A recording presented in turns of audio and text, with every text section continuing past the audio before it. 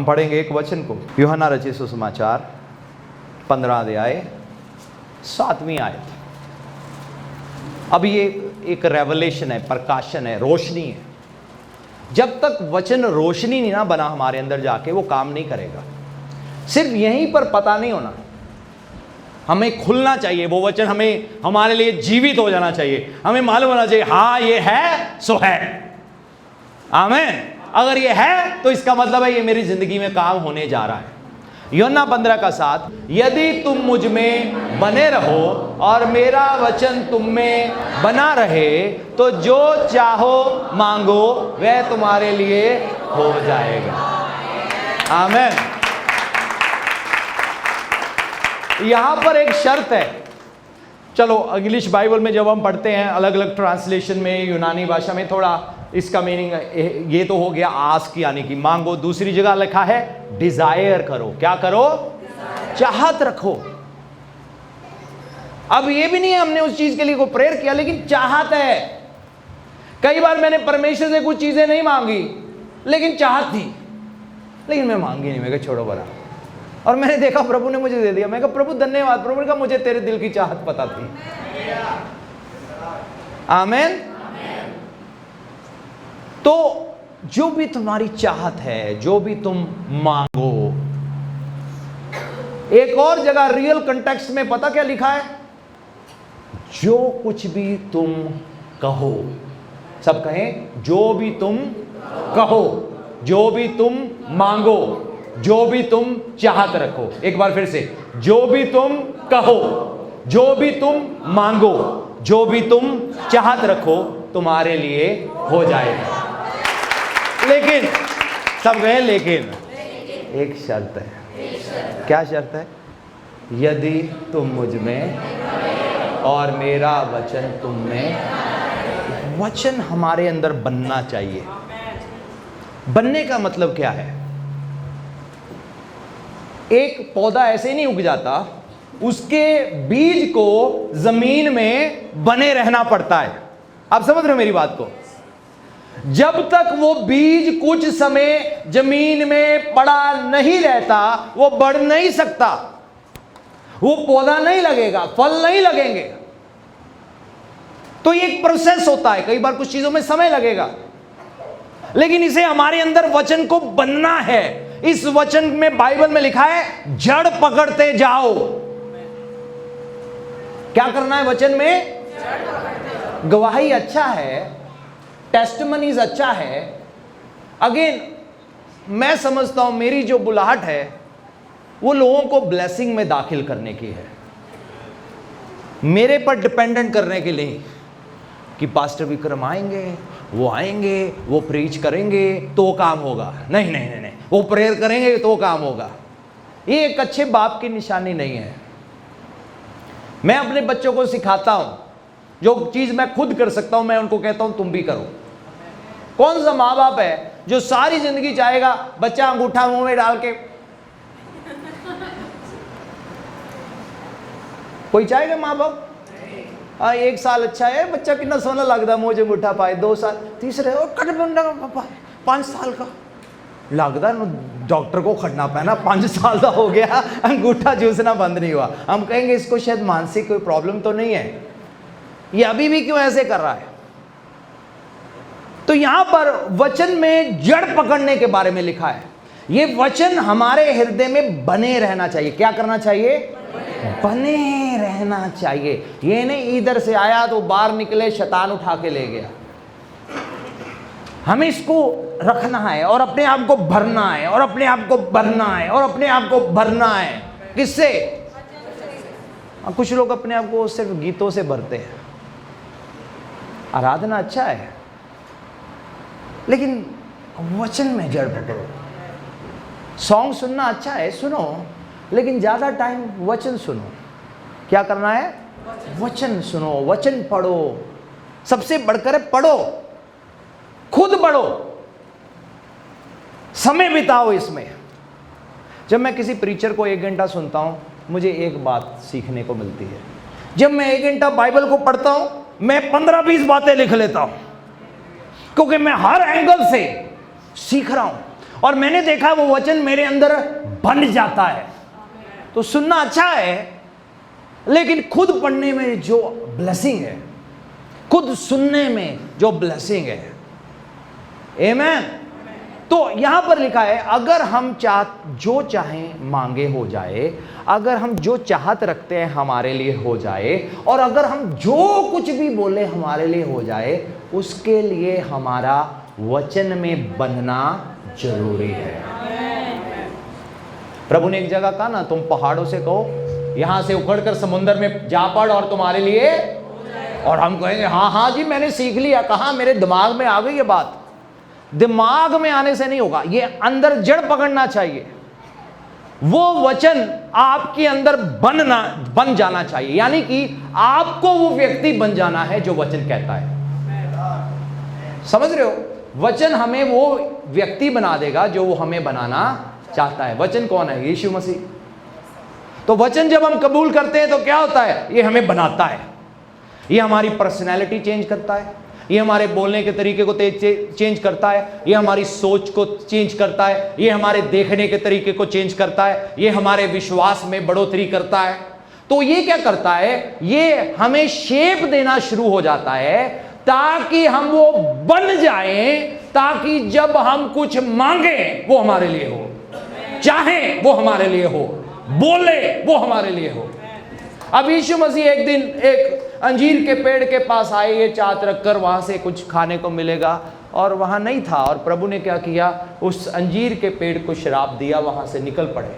जब वो कुछ समय के बाद वापस आए, चेले देखते, प्रभु ये देखो ये पेड़ जिसको आपने शराब दिया था। वो हैरान हो गए कि प्रभु के शब्दों में इतनी ताकत क्यों है,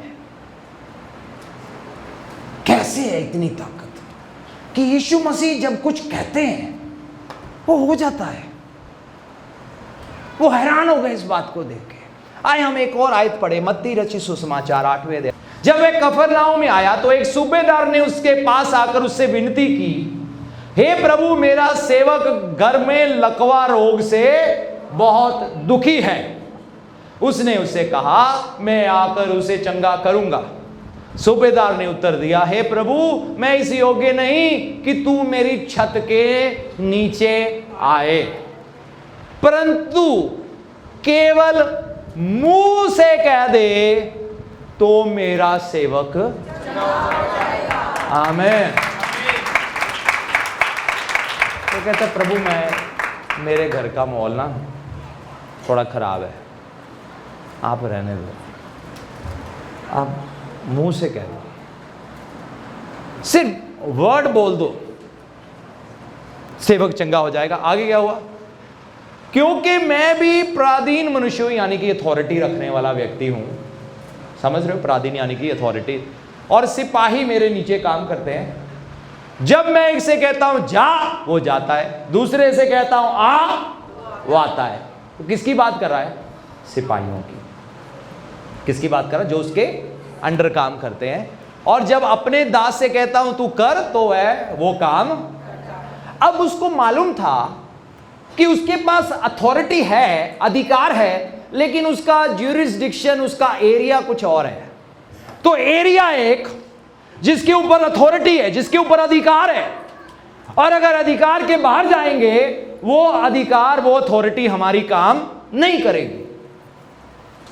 अब ये यीशु मसीह से कहता है, प्रभु मेरे पास अथॉरिटी है, लेकिन सिर्फ अपने सिपाहियों के ऊपर, बीमारी के ऊपर नहीं, लेकिन आपके पास है। आमीन। मैं कहूंगा जा, तो बीमारी भावे जाए ना जाए, सिपाही मेरा जरूर चला जाएगा। लेकिन आप कहोगे बीमारी जाएगी। यीशु कहेंगे बीमारी जाएगी। सूबेदार कहेगा बीमारी नहीं जाएगी। उसको इस बात की समझ थी। अब सूबेदार के अंदर क्या नहीं था? वचन नहीं था। क्या नहीं था? वचन नहीं था। भाई जो चीज तुम्हारे अंदर नहीं है तुम वो नहीं कर पाओगे। कुछ करने के लिए वो तुम्हारे अंदर होना चाहिए। तो उसको पता था कि मैं ये नहीं हूं, बहुत सारे लोग ऐसे ही हैं। ओहो पास्टर जी, अगर आप होते ना, आप अगर उस दिन मेरा फोन उठा लेते, मुझे सारी रात पेट दर्द में नहीं बिताना पड़ता। पास्टर जी आप रात को 1 बजे भी तैयार रहा करो, 2 बजे भी तैयार रहा करो, मेरा फोन किसी टाइम भी खड़क सकता है। हम वापस इस वर्ष पर आएंगे, यूहन्ना 14:12। मैं तुमसे सच सच कहता हूं, सब कहे मैं तुमसे सच सच कहता हूं। अब यीशु मसीह ने 2 बार क्यों कहा सच? उनको पता था ये 1 बार से मानने नहीं वाले। इन्होंने कहा प्रभु हम कहाँ बन सकते हैं, हमारे न्याने कहाँ, हम कहाँ प्रभु, आप ही हमारे लिए दुआ कर दो, आप ही करोगे काम होगा, हमारे कहाँ प्रभु सुनते हैं। यीशु मसीह ने क्या कहा? मैं तुमसे सच सच कहता हूं, जो मुझ पर विश्वास रखता है। आप करते हो यीशु मसीह का विश्वास? अगर तो पादरियों पे विश्वास करोगे तो ये वचन आपके लिए नहीं है, तो कि फिर आपका विश्वास सिर्फ होगा ये प्रभु का जन है, ये अपोस्टल है, ये प्रॉफिट है, ये पास्टर है, ये इवेंजलिस्ट है, ये नेशनल प्रीचर है, ये लोकल प्रीचर है, ये इंटरनेशनल प्रीचर है, तो काम होगा। मैं आपको इस अंधविश्वास से बाहर निकालना चाहता हूं। अगर मैं सुपर हीरो बनना चाहूं, शायद ज्यादा लोग पीछा करें। जब मैं लोगों को कहता हूं तुम सुपर हीरो नहीं, छोड़ो पर ये तो ऐसे ही लगता है, जो हमें कहता है तुम कर सकते हो, तुम बन सकते हो। ये हमारे पंजाब की मेंटालिटी, हर जगह नहीं होती ऐसे। ये बहुत बड़ी एक समस्या है। मैं तुमसे सच कहता हूं, जो मुझ पर विश्वास रखता है। आपको यीशु मसीह पर विश्वास है कि नहीं है? हाँ, पास्टर पे विश्वास करोगे, वो प्रेयर करेंगे, हमारे लिए ठीक हो जाएंगे, अच्छी बात है, बुरा नहीं है वो विश्वास। लेकिन आपको यीशु पर भी विश्वास करना है, उससे बढ़कर। क्या कहा? ये काम, कौन क्या कह रहा है? मेरे साथ बोलो, ये काम जो मैं करता हूं वह भी करेगा। कौन करेगा? जो विश्वास करता है। किस पर? यीशु मसीह पर। किसको कह रहे हैं यीशु मसीह?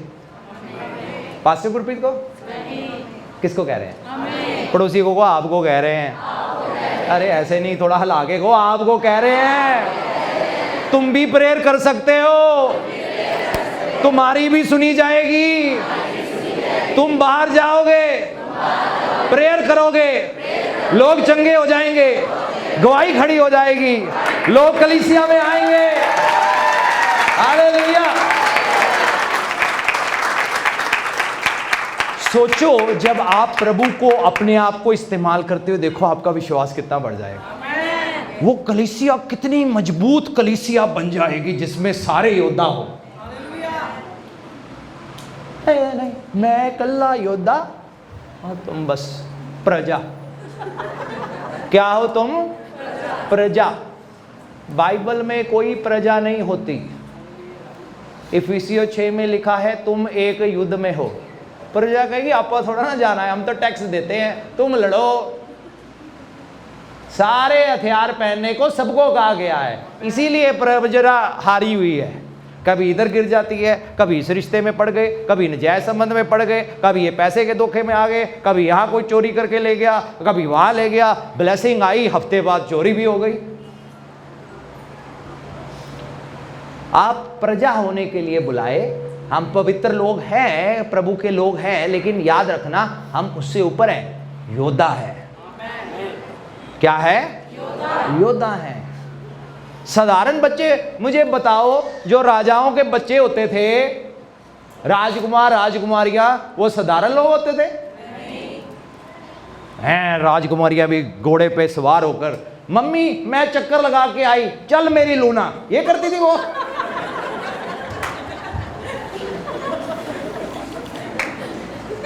लाओ मेरा घोड़ा, सबसे बड़े वाला, दौड़ दौड़। सारे देखते थे, राजकुमारी घोड़ा चलाती है, लाओ मेरा तीर। राजकुमारी का निशाना कितना अच्छा है।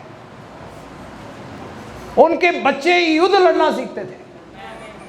हमें किसी के साथ युद्ध नहीं लड़ना, मैं वैसे शैतान के साथ ही लड़ाई है अभी, और किसी के साथ नहीं है लेकिन मैं आपको समझाने के लिए कह रहा हूं। तो अगर आप परमेश्वर के बेटे बेटियां हो, वो ये नहीं कहेंगे बच्चा तुम बस दूध मुंह पे लगाए रखो। इन्हें पौलुस एक जगह कहता है तुम्हें मैं अच्छा भोजन देना चाहता था लेकिन तुम दूध पीने वाले बच्चे हो, दूध ही पीते रहो।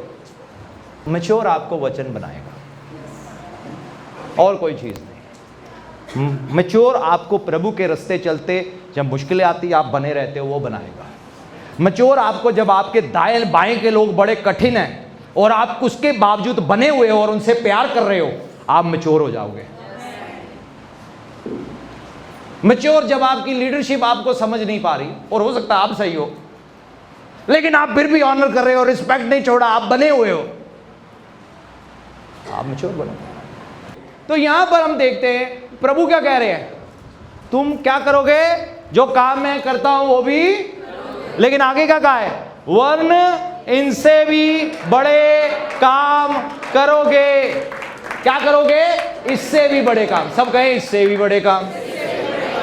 अब इससे भी बड़े काम करने इसका मतलब ये नहीं है कि अब हम प्रभु से बड़े हो गए। मेरे पास्टर ने प्रेयर किया, एक बंदे की 2 टांगे टेढ़ी थी, एक हो गई, मैंने प्रेयर किया दोनों सिद्धि हो गई, मैं बड़ा नहीं नहीं नहीं। कई जो कोच होते हैं ना, कोच, सच्चे कोच, उनके लोगों की जीत में उसकी जीत होती है। समझ रहे हो, जब लोग अच्छा करेंगे वो, लोग अच्छा नहीं करेंगे वो उसकी हार है। आप समझ रहे हो मेरी बात। और सेकुलर में भी, सेकुलर वर्ल्ड में भी एक एथलीट को पता होता है, और वो जब आता है और खड़ा होता है और कहते हैं अरे तुमने वर्ल्ड रिकॉर्ड तोड़ दिया, वो पता क्या कहता है, मैं सारा क्रेडिट ऑलमाइटी गॉड को और मेरे कोच साहब को देता हूं, जिन्होंने मेरे पर बड़ा हार्ड वर्क किया।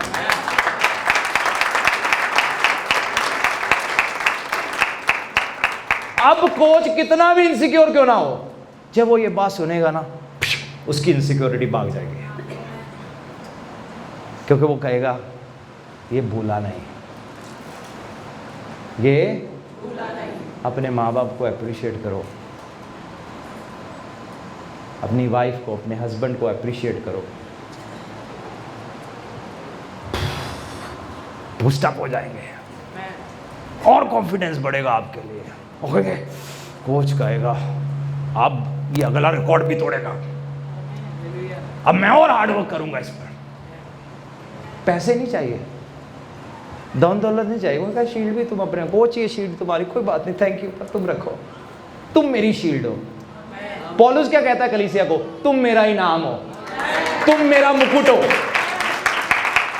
कलीसिया को वो अपना मुकुट बोल रहा है, वो अपना इनाम बोल रहा है, अपना रिवॉर्ड बोल रहा है। कैसी कलीसिया, इमेच्योर कलीसिया, जिसको प्रेयर करनी भी नहीं आती, जिसको वचन पे चलना नहीं आता, जो अंगूठा मुंह में डाल के आती है, तो प्रेयर कर लो। ऐसी कलीसिया होनी चाहिए। पास्टर जी आपने मुझे सिखाया, मैंने प्रेयर किया, देखो ये बहन चंगी हो गई, आज मैं चर्च लेके आई हूं। आमीन।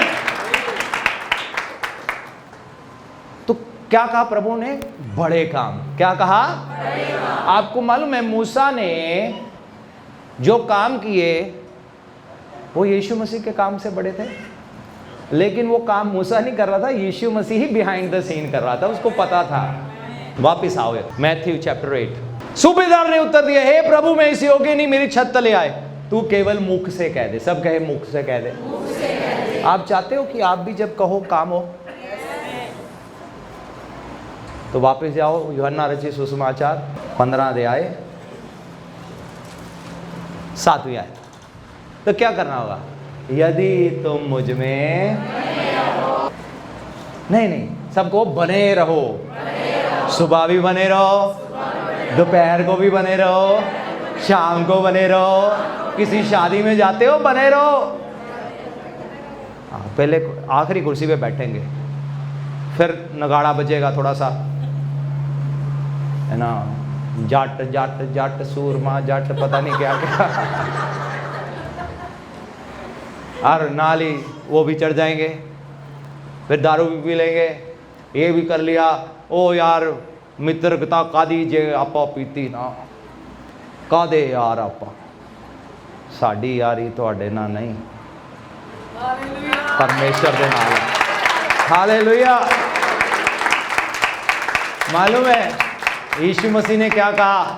मैं तुम्हें गुलाम नहीं कहता, तुम मेरे यार हो। कौन कह रहा है? स्वर्ग का परमेश्वर कह रहा है। लेकिन हम कहेंगे नहीं नहीं मेरी यारी तो चिंटू नाला।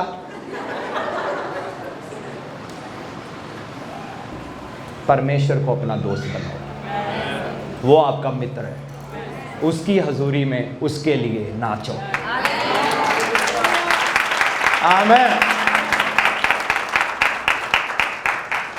तुम मुझ में संडे को भी बनना है, घर जाके भी बनना है, शाम को भी बनना है। और अगर कोई चीज आपको गिरा रही है उसको उठा के अपनी जिंदगी से बाहर फेंको। अगर आपकी पत्नी वफादार है ना पतियों, उसके जैसी खूबसूरत औरत कोई नहीं है। अगर आपका पति या वफादार है, उसके जैसा हैंडसम कोई नहीं।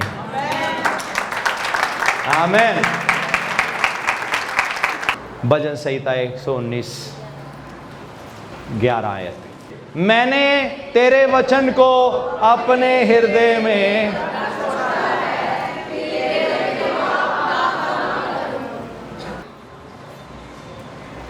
वचन को दिल में बसा लिया। मैंने तेरे वचन को अपने हृदय में रखा है कि मैं तेरे विरुद्ध पाप ना करूं। माइंड में रखने से नहीं होगा। मैंने देखे, माइंड में रखने वाले भी देखे, बार बार पाप में गिरते हैं। अच्छे लोग हैं, अच्छे लोग हैं, लेकिन सीखा नहीं, इसको यहां नहीं, इसको अपने अंदर काम करने देना है। पता क्या होगा? जब आप वचन को अपने अंदर काम करने दोगे तो आप वचन बन जाओगे। समझ रहे हो? आप क्या बन जाओगे? आदि में वचन परमेश्वर के, वचन ही वचन आदि में था, परमेश्वर के साथ था, वचन ही जो कुछ बना वचन के द्वारा बना। तो वचन हमें वचन बनाना चाहता है। हमने वचन के द्वारा नया जन्म पाया है। किसके द्वारा पाया है? तो हमारा बाप कौन है?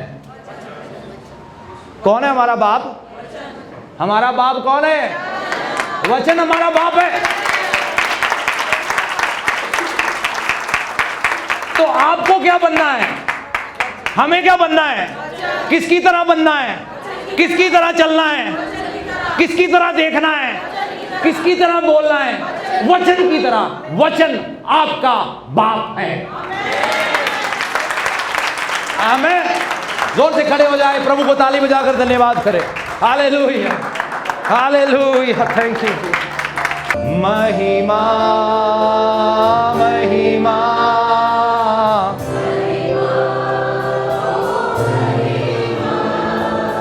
महिमा महिमा। एक बार फिर से मेरे पीछे।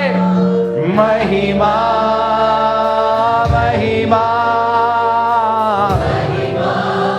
ओ महिमा महिमा तेरी।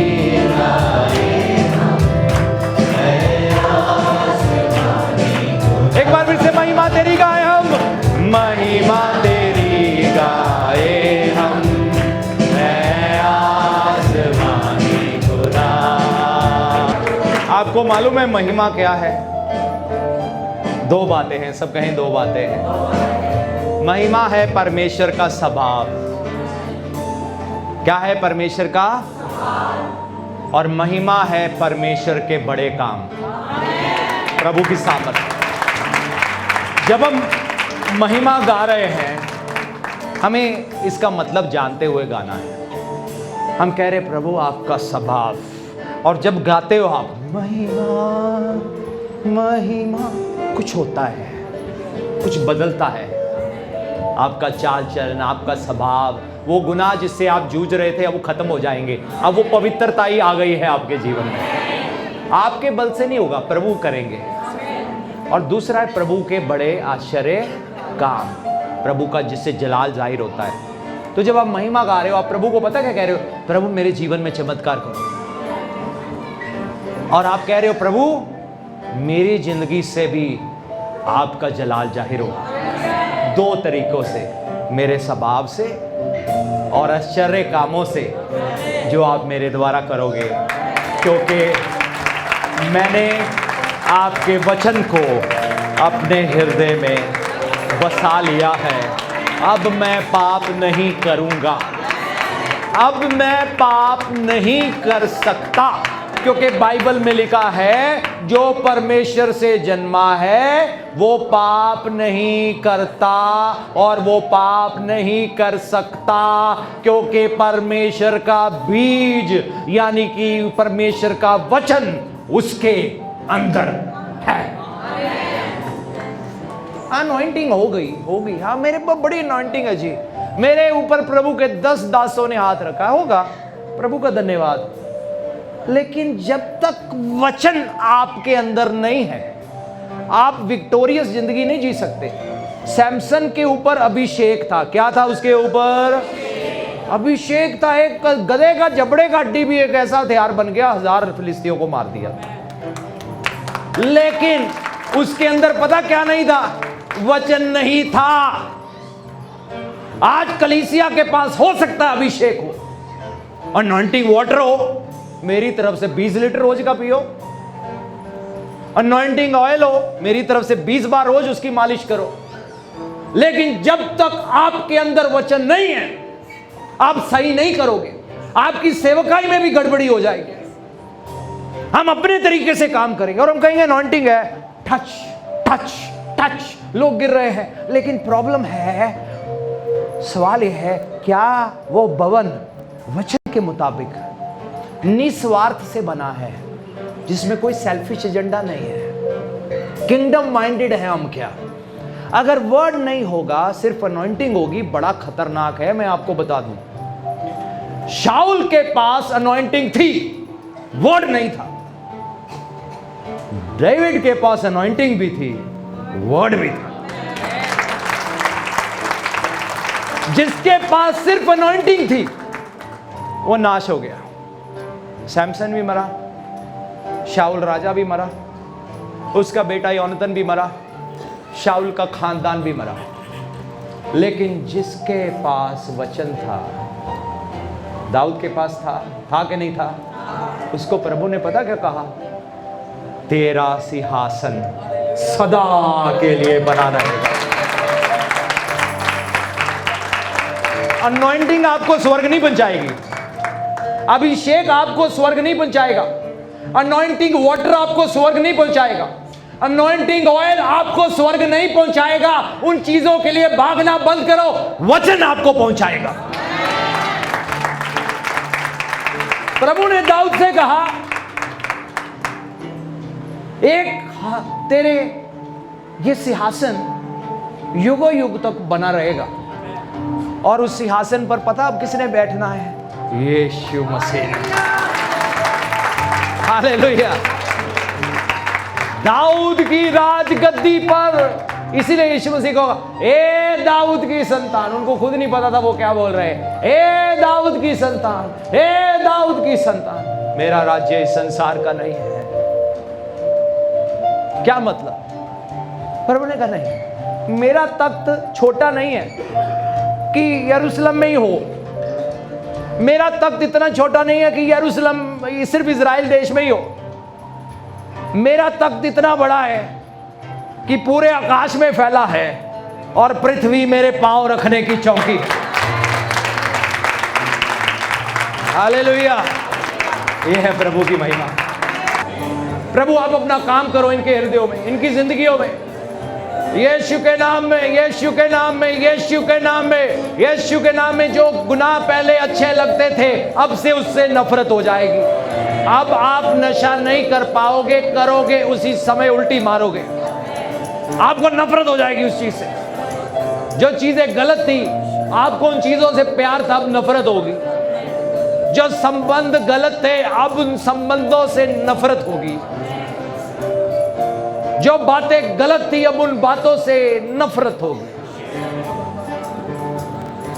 क्योंकि प्रभु की महिमा आपके ऊपर उतरी है, प्रभु का जलाल आपके ऊपर उतरा है, उसकी ग्लोरी आपके ऊपर उतरी है, उसका सामर्थ आपके ऊपर उतरा है। यीशु मसीह के नाम, यीशु के नाम में। प्रभु, जब इन लोगों को आप इस भवन में लाए हो, इनको यहां स्थापित करो, इनको इस घर में मजबूत करो।